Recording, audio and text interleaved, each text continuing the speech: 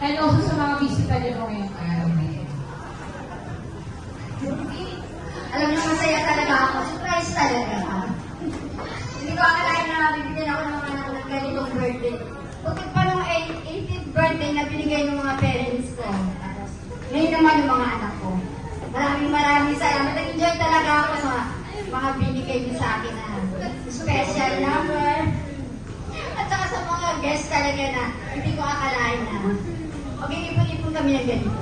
Maraming salamat sa mga entertainment numbers na binigay niyo. Sa akin, mga pinabagay. Yan sa akin mga kalimutan mo. Maraming salamat. Salamat sa lahat. Thank you very much.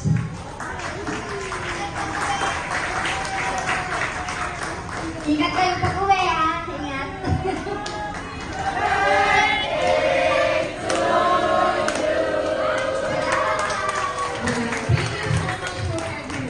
Ayan. So, meron pa po bang mga message yung mga anak sa mga bisita?